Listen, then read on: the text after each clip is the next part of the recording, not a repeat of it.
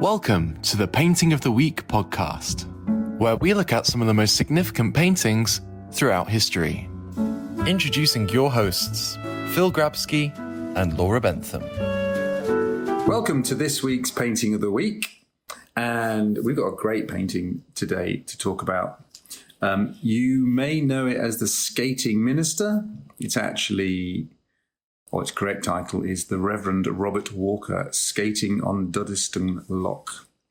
And although, of course, this podcast, you might be listening to it any time of the year, we are recording it to mark Burns Night, which is the 25th of January, which, as far as this is concerned, is round about now. Yes. So it's going off a complete tangent. I never really thought about Burns Night, but Burns Night celebrates Robert Burns, obviously. Yeah. His Have birthday. you been to Scotland? Birthday. Have you been to Scotland when it's Burns Night? No. No, neither have I.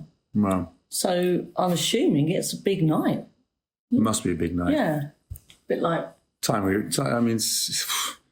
Time we were invited, don't you think? another trip. Another trip. Edinburgh, Burns Night. Let's do it.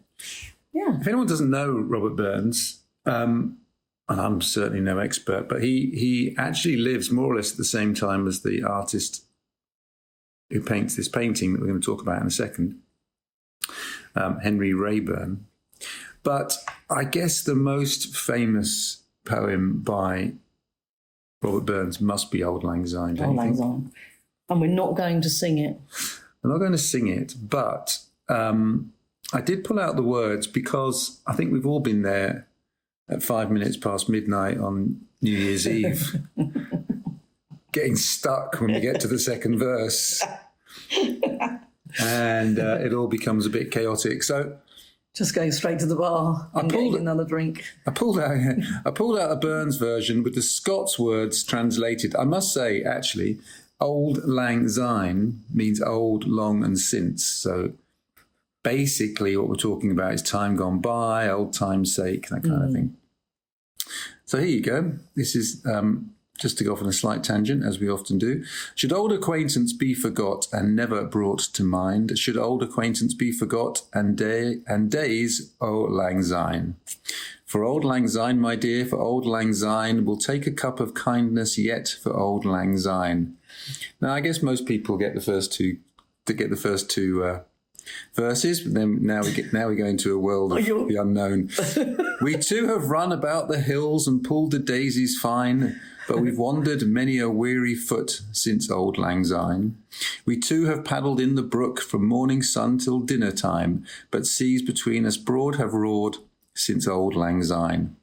And there's a hand, my trusty friend, and give us a hand of thine, and we'll take a right goodwill draught for Auld Lang Syne. And surely ye'll buy your pint cup, and surely I'll buy mine, and we'll take a cup of kindness yet for Auld Lang Syne. Okay, so now you've done it, Phil. Not a chance. On New Year's Eve this year, I'd have to look it up again. we would be the only two singing. All right. Everyone would be like, oh no. All right, New Year's Eve. Look at those two. New Year's Eve. Look at those two. Well, Painting of the Week experts. even better, we'll do it in the original the Burns version. Well, I would definitely have a whiskey for that. We too run about the braes and put the gowans fine, but we've wandered many a weary foot. It's in Auld Lang Syne. So we'll do it. Okay. It'll be our little party piece. Okay, Phil, can't wait. I'm sure Anyway. everybody else is hanging by a thread for this. Oh, yeah. Well, if anyone's still listening, let's get back to absolutely not. get back to the picture. I've gone off for a whiskey. I find it too emotional anyway. I get really upset. What? Auld Lang Syne. Oh, okay. Yeah, you know what I'm like. So All right. let's not go down that road. Let's get on to the painting. So this painting is very interesting because in Scotland, at least, they consider it probably the most famous painting in Scotland. Yeah. And I think you'd be hard pushed, surely, for anyone in Scotland not to know this picture. They'll be pleased to know that even I knew it. Yeah, okay. So that was good news. Let's have a look at it. Yeah, it's great. I think it is absolutely brilliant. And I guess part of the appeal of it is that it's so incongruous, isn't it? It's like, what is? I mean, when you first see it, you think, what? How? Who? Why? Yes. I mean, he looks like he's just walked out of a bank or a Dickens novel. No emotion on his face particularly, although we'll have a look at that in a second. And there he is skating. And one-legged. I mean, he's obviously a very good skater. He is. That position, I've looked this all up this week, is a travelling position. And you wouldn't take on that position lightly, I don't believe. But yeah, I mean, he was brought up in Holland. And that's where he learned to skate on the canals. And so when he came over, he then became a member of this skating club, of which you didn't just wander in and say, "Oh, I'm going to pop my skates on." You had to, do a little bit of a test. It was a men-only club. I think I've read somewhere it was the first skating club in the world. In the world? Yeah, I think so. Okay. By the way, hence the phrase "get your skates on." if anyone had ever wondered what that meant, What? Pretty clear. I'm going to ask you a question. I feel cool. Okay, what you like at skating?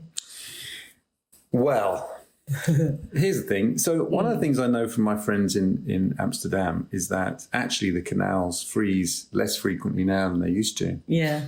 Climate change and so on, but they used to freeze all the time. And when they do freeze now, you will see people skating. I think it's much more of a European thing. Yeah. I first encountered skating when, for family reasons, we would go to Berlin at Christmas when I was young. And it was the lakes would freeze in Berlin. Berlin's a very beautiful city and it's full of lakes. It was the thing that we would go down, in that 2 weeks that we were there 3-4 times, to a particular lake called the Krummelanke, which was, I remember being a bit older and running around it. So it must have been quite a small lake. Let's say somewhere between 5 and 10 kilometres to go all the way around. Yeah. And the whole thing was completely frozen. And you'd go out and all of a sudden it's really very difficult, actually. Oh, skating on a lake? Or just skating. And I can remember to this day falling backwards and whacking my head. Yeah. You've got to know what you're doing.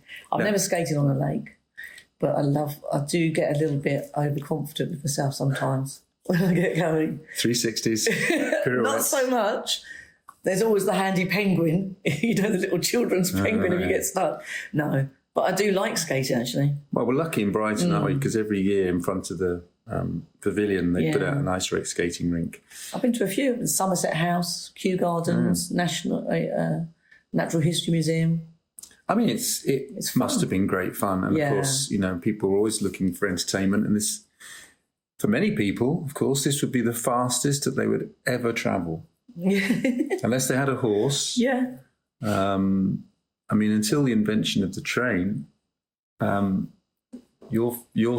unless you were slipping down the side of a mountain, but basically your speed was that of a horse. And in this case, must have been exhilarating to be skating on a lake. Be like people now who suddenly take up, road biking or something like that. Suddenly get that sense of speed.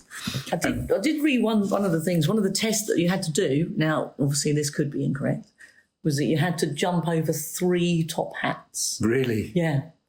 To be and stay upright. Wow. But he's clearly a great skater. I mean, I've not any knowledge really of how you look when you're skating, but he looks really confident. Well, one of the things it's if you ever, it's not, I mean, I guess everyone notices it, but if you just look at the ice. Yeah. And you see all the turns and curves, and it's very beautifully painted because you've got little bits of white showing where there's a bit of the ice has come up in kind of fine powder. Now, it could have been other skaters, but you're almost led to believe that's him doing those 180s, 360s, complete turns. they're also quite unusual skate. Well, unusual. I don't know. They seem to. Oh, because I think they are actually Dutch style skates. Yeah. Okay. They're tied onto his shoe, aren't they? Mm. Again, it's very. If you look at the detail of it, the garter or the way in which the skate is tied onto the shoe, and then of course around his neck and face. I mean, it's beautifully rendered against a slightly impressionistic background. Actually, there's no detail there really. Very little. Yeah. And again, one of those paintings where if you take him out, you really wouldn't be that impressed by it. No. I mean, it's all about him. Well, was this his portrait? Because Henry Raeburn was a portrait painter, mainly, wasn't he? And so, therefore, with Robert Walker, this was supposed to be. I don't know if he ever did any others of him. I don't actually know. Was this a commissioned work? It's a good question.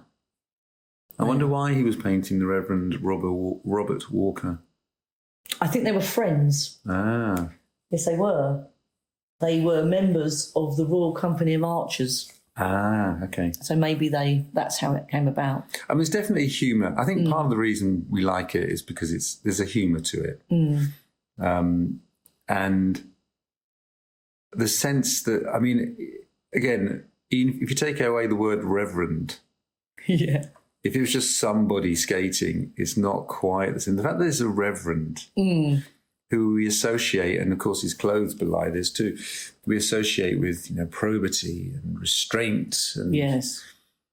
But here he is, he's out having a great time. Clearly got the wind in his face. He's got blushed cheeks. His eyes, he's totally confident. He's not looking at his feet like we might be doing. I don't know, Phil. I do get overconfident when I'm skating. Yeah, but he's clearly a very good skater. He's amazing. He's amazing. And he's looking at the countryside. Nobody else. The other thing that's interesting. Yes. Is there's nobody else there. No. And that actually should be really, shouldn't there, if he was a member of the skating club. So, is this an early morning, late afternoon?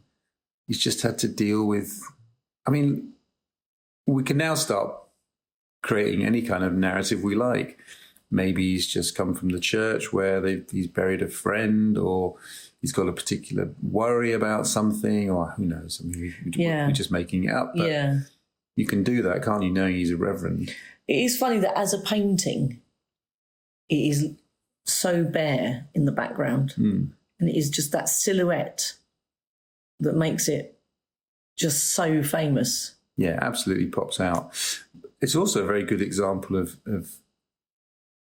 one of those occasions when black is just a fabulous colour. I mean, it stands out. One of the things about the Impressionists, one of their treaties, if you like, was we will not use black. And, somebody like Manet said that's ridiculous. Look at the Spanish painters and their wonderful use of black. If you imagine him, again, it's just imaginings, but imagine if he was finely dressed in red or brocade, or completely changes it. Yeah.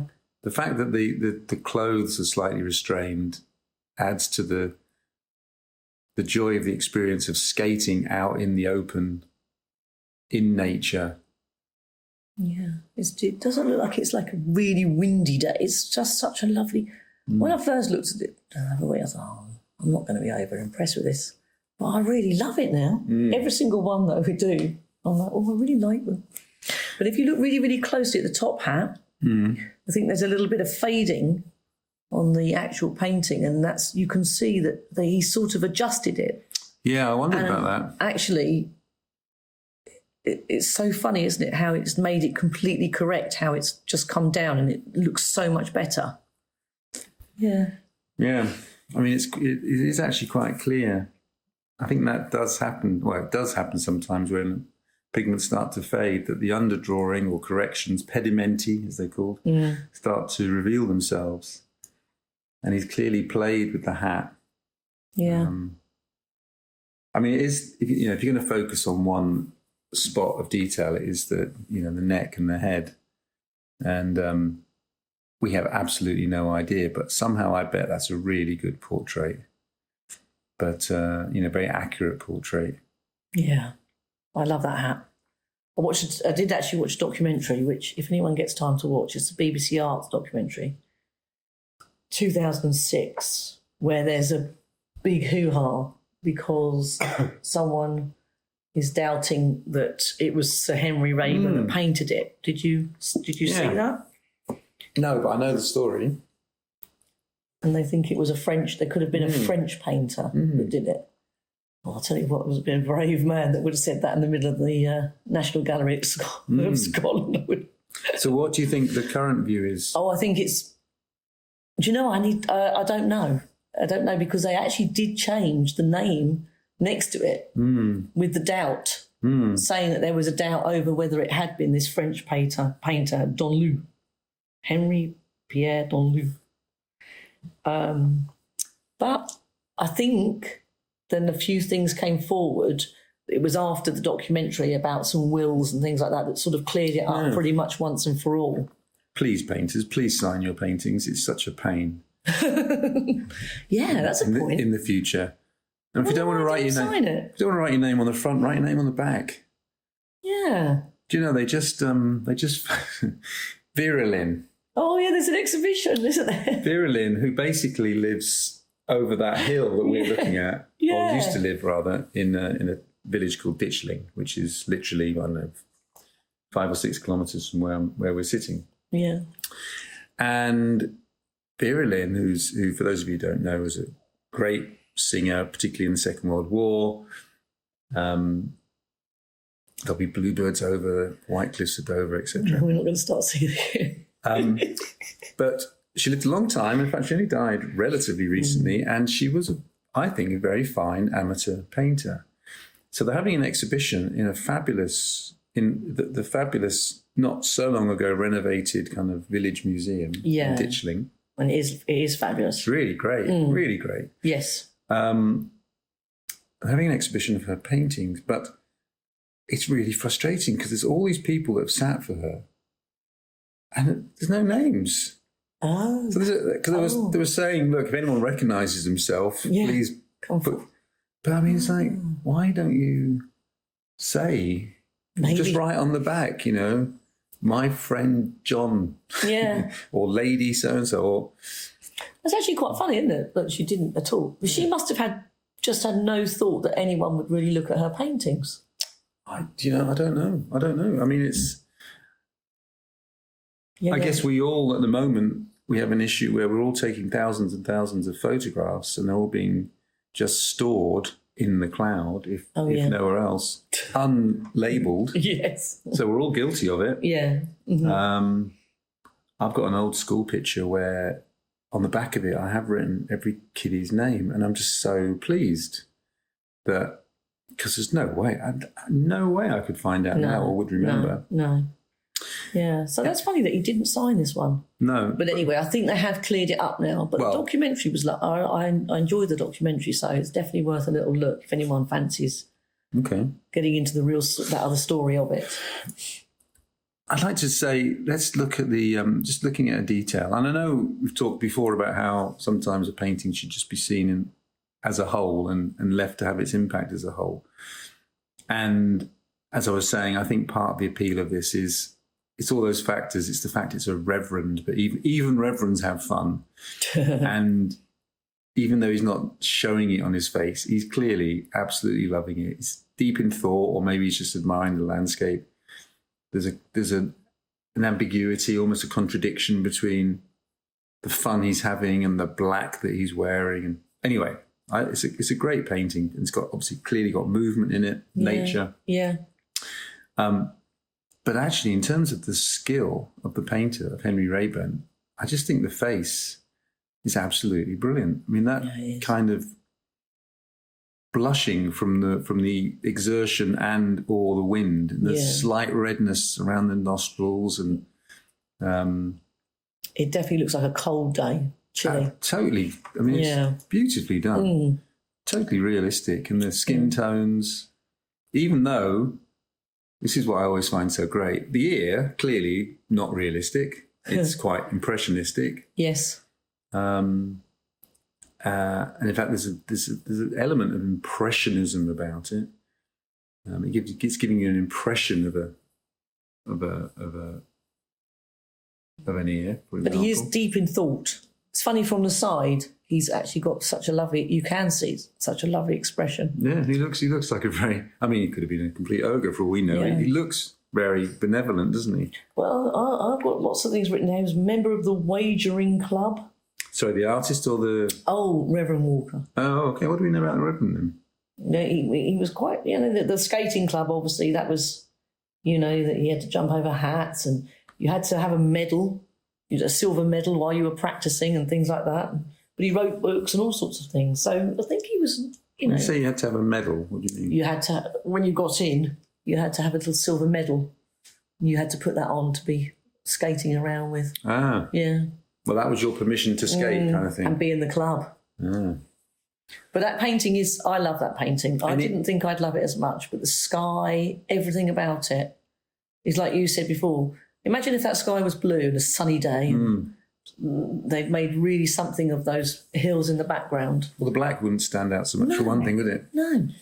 Again, I love the examination of colour theory. The black, in this case, is really punching out, almost because it's against that kind of, it's not uniformly grey. There is a little bit of purple in there, a little bit of green maybe, but it's basically a greyish background.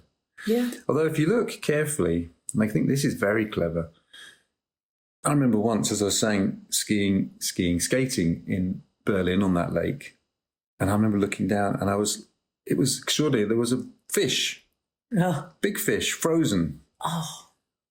And it was the most extraordinary thing to behold. Yeah. But actually, again, if you look quite carefully, there is that kind of blue luminescence that you would see on ice. Yeah, definitely. That's very cleverly done. It just gives that sense of a little bit of light coming up through the frozen water. Have you actually seen this painting, Phil? Yeah. Have you? Yeah. Oh, you've been? National Gallery of Arts. Oh, lovely. It's brilliant. I mean, it's one of my... Well, yeah, it is one of my favourite museums, actually, or galleries in Edinburgh. In Edinburgh. Edinburgh's just a fabulous place. I have been to Edinburgh. I don't know why, for some reason, I haven't been to the gallery. I obviously didn't make it. I've been on the Ghost Walk there. I bet that was good. It was brilliant. Absolutely brilliant. I've done a couple of late night runs in Edinburgh, and I bumped into the Ghost Walk. Oh, that would have been me then. It's quite funny.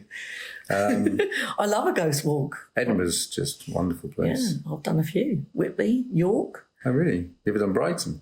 I have done the Brighton one. They're good fun. Yeah. In actual fact, quite often we look out for a Ghost Walk. Bath. Yeah, they're good fun. I'll have to do one.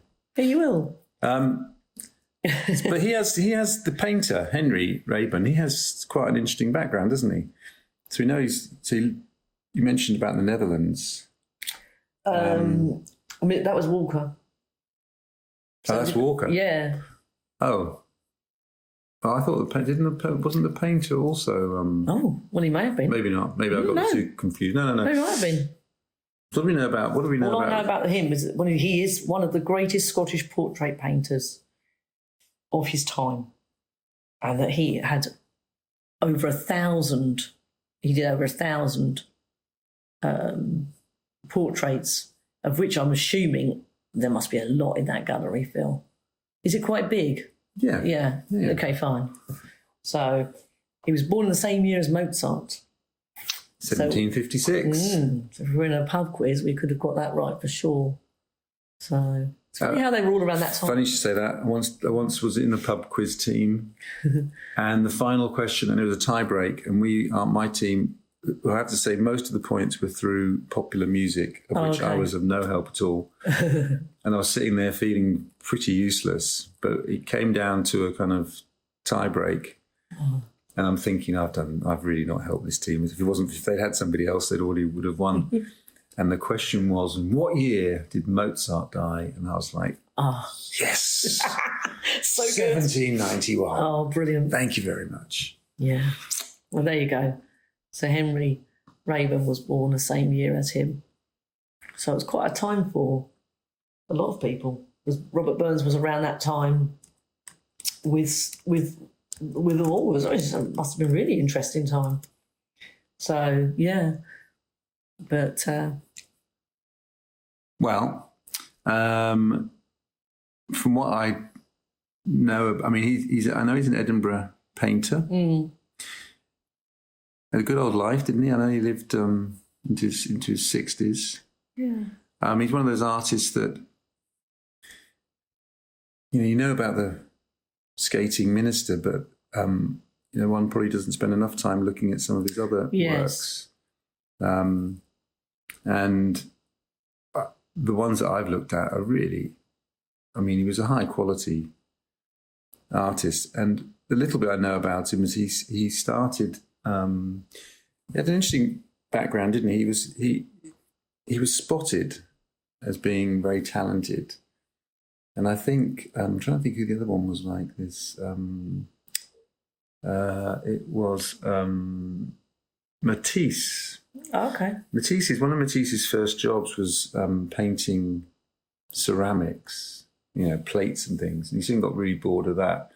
But I think the same thing with this guy, that he was doing like little miniatures. Oh, yes. I think I did see that. And he was spotted, and anyway, gradually built up to being an artist in his own right with his own studio. I didn't know he'd done 1,000 paintings. Over 1,000. But what I think is really lovely is that their friendship, the fact that all his other paintings were, potentially quite formal portraits. And he's got this one friend, Robert Walker, and he's like, okay, let's get him out. Because I suppose it must have been so unique. So let's get him on the ice, painting away. And I don't know, how he did it, but he must have done lots of sketches. I wonder why he's... Because you're right, the only other paintings I know of his are very formal. And indeed, when you go into the National Gallery of Art, there are just... in my mind, there's room after room. It probably isn't like that, but there are just a lot of formal portraits. Yeah. Maybe that's why this one is so popular then when they go there, because it's just a bit of fun. And different. It is different. Hence the fact that maybe that was that question as to why then when they thought that might have been that French painter that did it. Well, let's assume it wasn't. Oh, no. I like the story that he was painting... I don't think it was. I like the story that this guy was painting out in the landscape.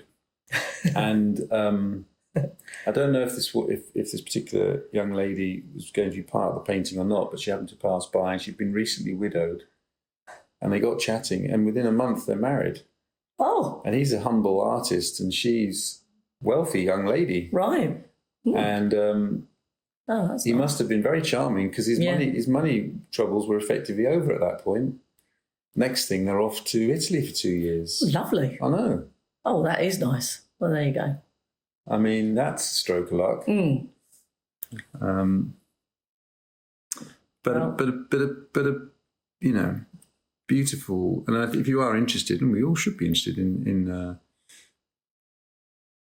Scottish history, then I think just looking at you think 1,000 paintings, and the majority of them are portraits. That is basically 50 or 60 years. Well, let's say he becomes mature in the 1770s. Yeah. It's half a century of Scottish history. Yeah, and people. So you just have to look back at all that. I don't know. I just think it's so funny how that painting, if you say the skating minister, that people are. But there's also a band called Clean Bandit. See, I wouldn't probably know. One that you... Yeah. No, I don't know. And they've got a video called Dust Clears, and they've little interpretation of the skating minister on the ice. And I actually think people should look at it. It's lovely. It's a really... I'm not necessarily sure... it would be my favourite record, but it's a really lovely video of how they've kind of brought it to life. And you can imagine him skating and they've done a really good job with it. And it's funny how that's come through to modern day now, right now. That painting has inspired as part of that video. It's amazing. So that's when people say to me, I'm not interested in art, or no, I would never go to a gallery. It's just so ridiculous, isn't it? Wow. My life was transformed. I was stuck in the greenhouse. I have been to galleries, but I never looked at the paintings like this. But I mean, I can't imagine anyone not having some kind of enjoyable reaction to this painting. And the National Gallery of Art, I would struggle with anyone going in there, as long as they're open-minded. Yeah. Didn't go in there thinking, I'd rather be down the pub. Yeah. But if they go in there thinking, I'll give this a go, whether it's landscape or, the National Gallery of Art's, it's like London National Gallery. It's full of beautiful paintings. Wonderful Leonardo there, for example. And the thing for me that I always find, there's always a slight sense, my life is spent making biographies. And of course, my biographies are, with only a few exceptions, are people that have lived and died. So I'm always carrying this sense of mortality around me. So, you look at all these portraits, they're all dead. Yeah. The skating minister is dead. The artist is dead. And, that's so there's 1,000 portraits. They've come and they've gone. Yeah. So it is a reminder that we're passing through, so we better make the best of it. And part of that, I think, is an appreciation of art, appreciation of nature. And maybe that's what the Reverend is reflecting on. Totally. And if you do go there, and I think this would happen to me, because I wouldn't necessarily think up until last week it was been one of our favourite paintings, but now I think there's quite a lot in the gift shop, Phil. So I could come out, T-shirt, tie, a mug. Wow. I reckon I would come out with the whole lot. Do you know what? We've been talking, before we go to the National Gallery of Art Scotland, we've been having a little chat about producing some stuff in-house. We've got wonderful fridge magnets. You have? So maybe you need to do, you need to make the skating minister one. T-shirts. We've been thinking it's time to make some T-shirts, because T-shirts are... Now, ridiculous. I was looking at some T-shirts the other day where I'm trying to sell them for like £300. What? That's nuts. It's just one of these, it's like these fashion brands. Oh, okay, fair enough. Well, it's not fair enough. Well, not fair enough, obviously. Ridiculous. I'm not going to buy one, but... But I think an exhibition on screen... T-shirt. Painting of the week, special T-shirt. You could do masks as well, with people faces with the mouths. Oh, that's what we should have done, isn't it? Yes. We should have done masks, exhibition on screen. Masks with, famous artists and famous portraits with the mouth. Yeah. But anyway. Like the Frida Kahlo. I've seen the Frida Kahlo ones. We've definitely got off piece there. I'm back on piece, because that's our next film coming out. Oh, yes. For those of you listening to this in January, February 2022. Oh, yeah, that's lovely. Really, really good film about Frida Kahlo is on the way. And plenty of stuff else, plenty of other things at the shop. And of course, I should have said, if you want to see the painting, go to 7th-art.com. Oh, yeah, I forgot that. And we would really like you to, if you enjoy this podcast, we would love you to just contact one of your friends, just to get one other person listening. And then hopefully we can build, an even bigger audience. It has been great, though, asking people for suggestions. Getting suggestions from all around the world is super. Yeah. And the next one, all I'll say about the next one that we're doing is we need someone to tell us how to pronounce the artist. So we better crack on. Yes. All right. See you next time. Thank you for listening to the Painting of the Week podcast. For more information, please visit our website at 7th-art.com. or contact us by emailing info@7th-art.com. See you next time.